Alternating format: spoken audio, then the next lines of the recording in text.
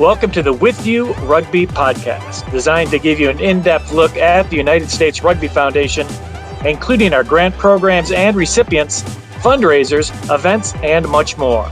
Now let's get started. Hello, everyone. I'm Brian Vizard, President of the United States Rugby Foundation, and I want to welcome you to another edition of our With You podcast.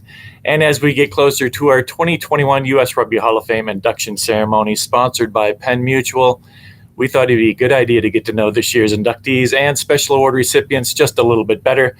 And today, very honored to welcome in author, filmmaker, and nominator of the late Mark Bingham and the late Jeremy Glick, who were two passengers on United Flight 93, whose actions saved countless lives on the ground, and who are the 2021 U.S. Rugby Hall of Fame Chairman's Award recipients.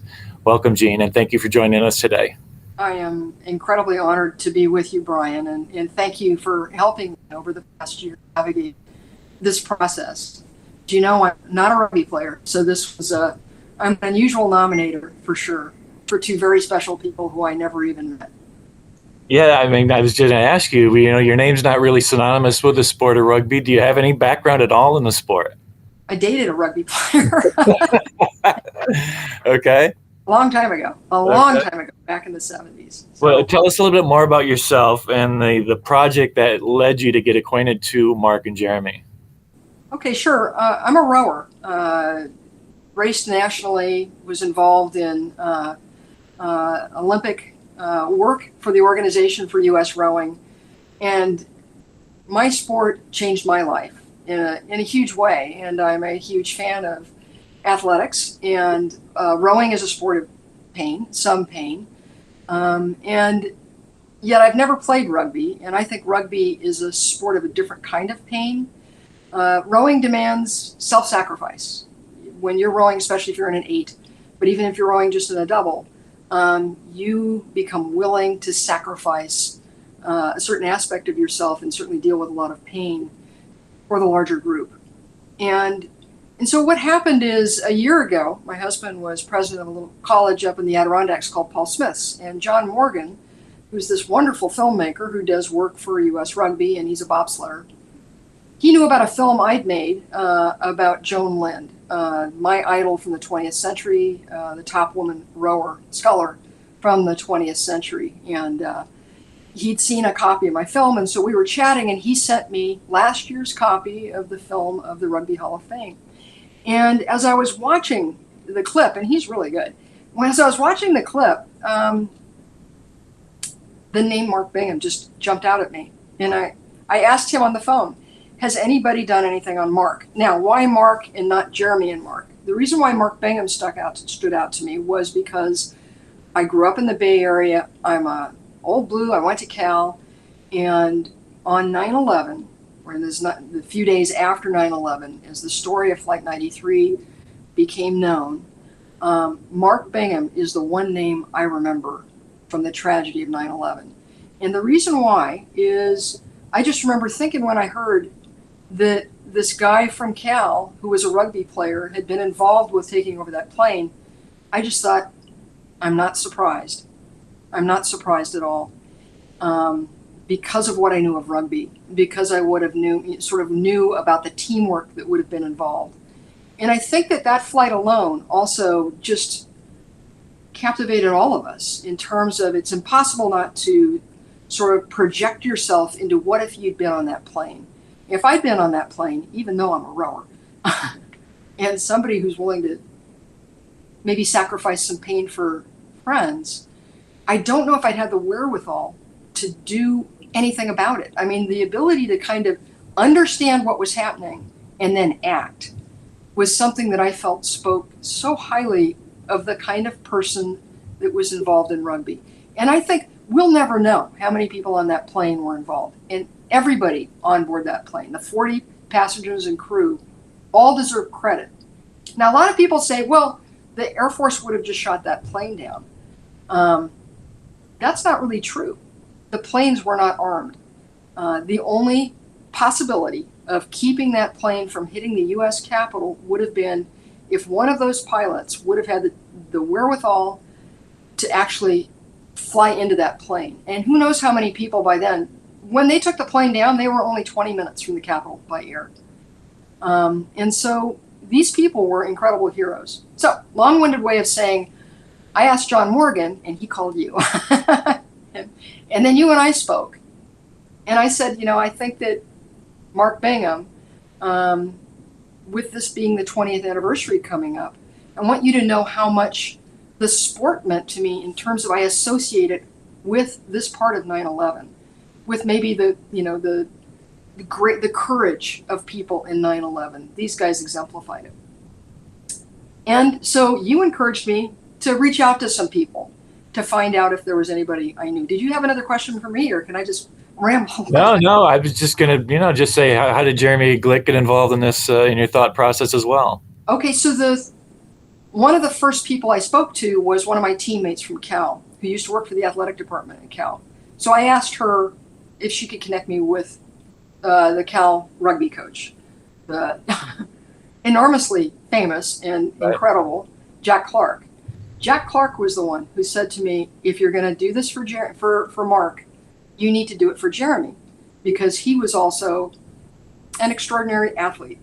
And I mean, the guy was a U.S. national judo champion in college, in addition to being the captain of the Rochester rugby team. And so it was at Jack's encouragement that my interest in sort of getting somebody to do this nomination began to expand to include Jeremy. And there was such a gift in a way that nobody picked up the ball. I don't know what you'd call that on the field of rugby, but I certainly didn't feel like I was the person who knew them, who could explain why they were important to the sport, except that as an outsider, as somebody who had literally no knowledge of the sport outside of dating a rugby player and knowing that I saw guys getting stitched up all the time. I wasn't the person to carry the ball. So the very first person I reached out to was Alice Hoagland, who was Mark Bingham's mother. Unbeknownst to me, Alice died almost exactly on the day that I started doing this. And I wouldn't know that she was gone for a couple of weeks. But she seemed to me to be the person that really should be the spokesperson, certainly for her son, and probably would know the Glick family and be a good person to reach out to. When I found out that she'd passed, and as I kept trying to lateral the ball to someone else on the field of play here, increasingly it became apparent that everybody felt like I'm a bit of a chatterbox and that I could carry the ball, or that I could figure out how to use your marvelous nomination form the first year it was out there. They worked on that. It's better. Did an amazing job with very complicated stuff, but as you know, I made a big glitch on my nomination form, and part of it was just because I think I typed it in like 15 times before I got it right or wrong. But the gift for this ultimately became beginning to know a little bit more about the sport, but more importantly, beginning to know a lot more about both of these two men. And I had no hesitation when I was sending this in. This would be something that rugby would be very proud to have this opportunity to sort of say, there's people that have participated in our sports, and they might not be in the stratosphere as players, but they are people who are our ambassadors for what this sport can do for people young and old, in the kind of personality that gets involved with it and what it molds them into. Because I think Mark Bingham certainly was molded by this sport. And I think for Jeremy, he's a multifaceted guy, and rugby was a piece of his life. I don't know that it molded him in the same way, but maybe he molded it at Rochester. What was interesting was trying to do this nomination in the middle of a pandemic, because that whole time period I was working on this, nobody was at the athletic department at the University of Rochester that I could physically go see. There was nobody who was available in the Alumni Association who could try and help me connect with Jeremy's teammates. And so if it weren't for Jack Clark, if it weren't for Dan Smith, who had been Mark Bingham's coach in high school, and if it hadn't been for Google, which I relied upon heavily, I probably wouldn't have been able to to do this form.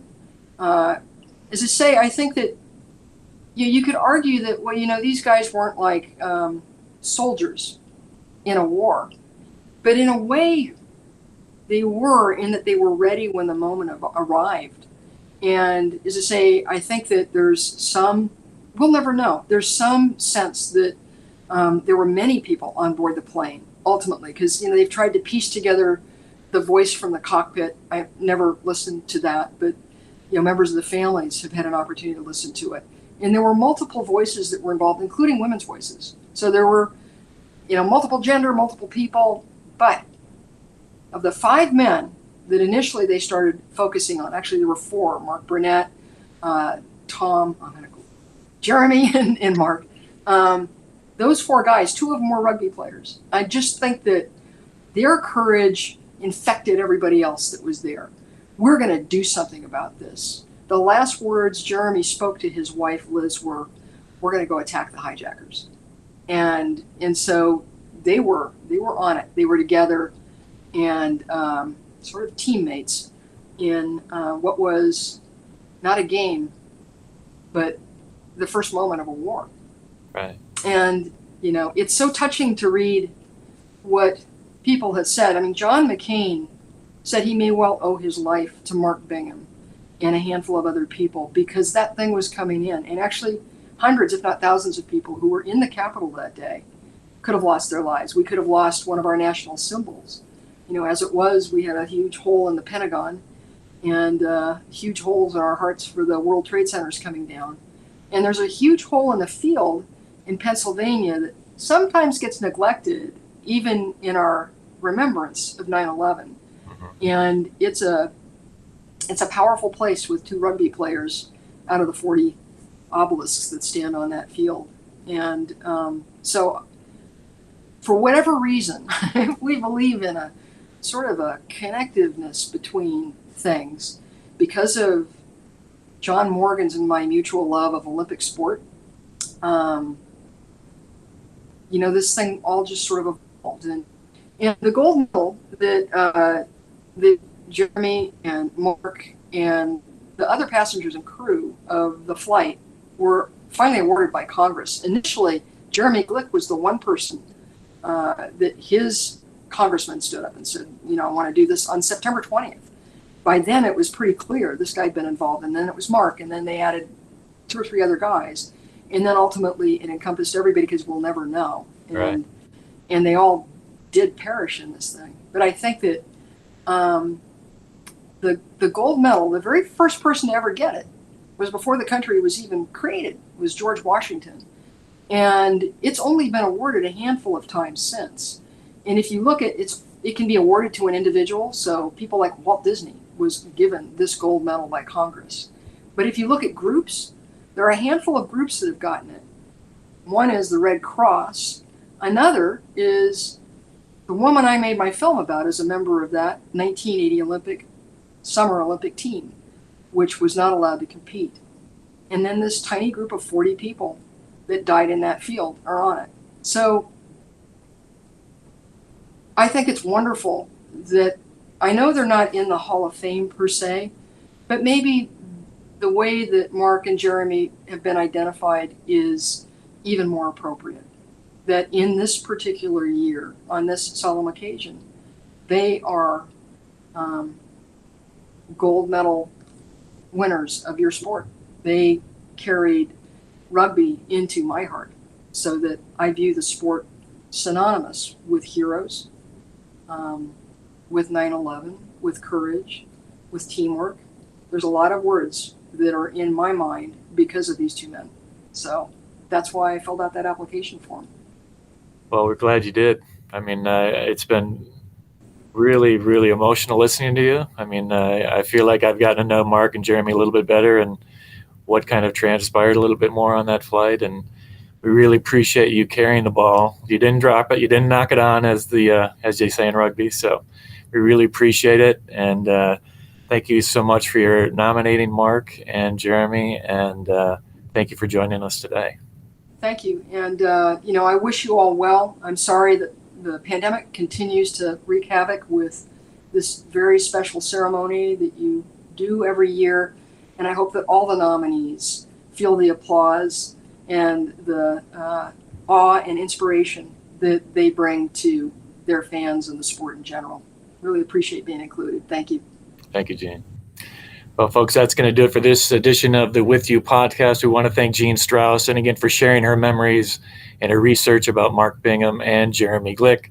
We'll have more With You podcasts in the lead up to our Hall of Fame induction ceremony, sponsored by Penn Mutual. Until next time, stay safe, everyone.